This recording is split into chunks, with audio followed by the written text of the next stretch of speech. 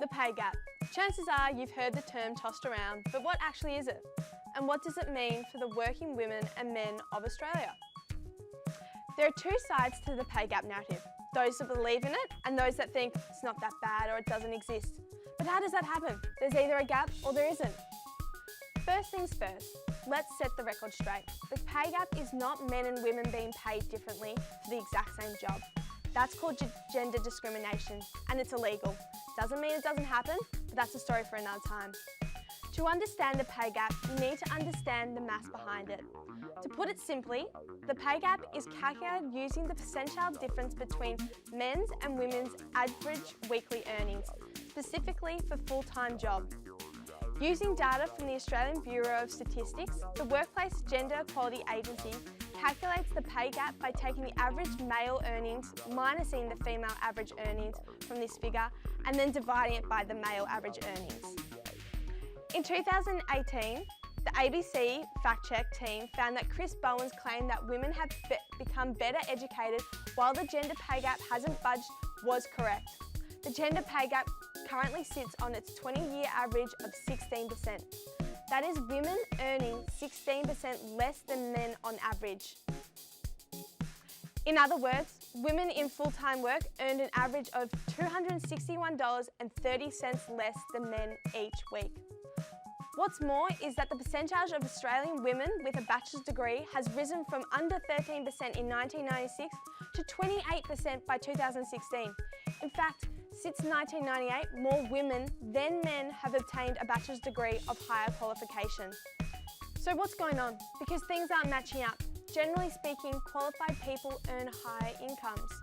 The Australian Bureau of Statistics states that in 2016, people with a bachelor's degrees and above earned $600 more each week than those with no qualifications on average.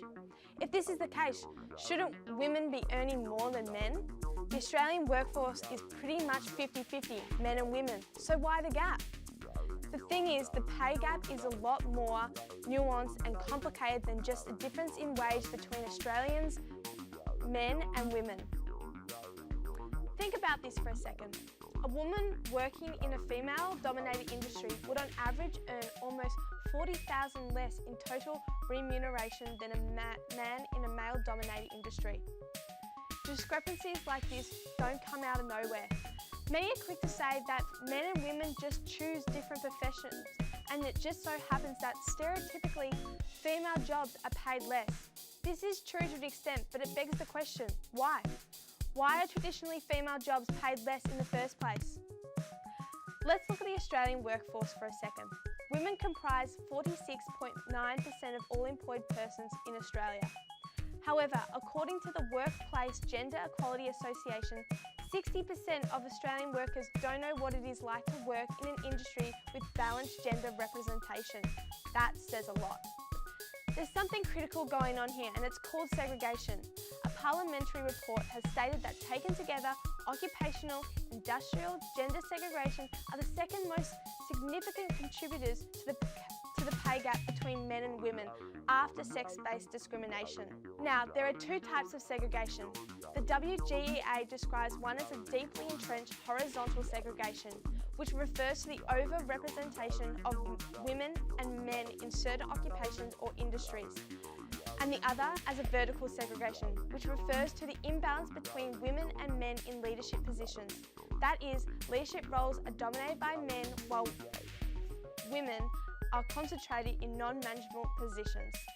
Women hold just 13.7% of chair positions, 25.8% of directorships, and represent 17.1% of CEOs and 30.5% of key management personnel. These stats don't really add up considering the workplace is essentially 50-50.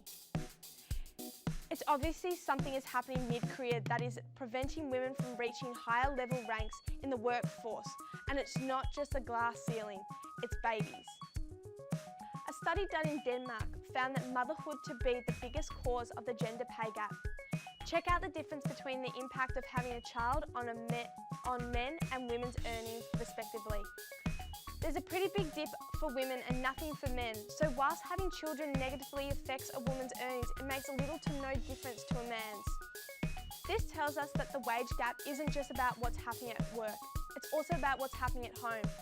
The 2016 census found that a typical Australian woman spends about 5 and 14 hours doing unpaid domestic housework, whilst a typical Australian man does less than 5 hours a week.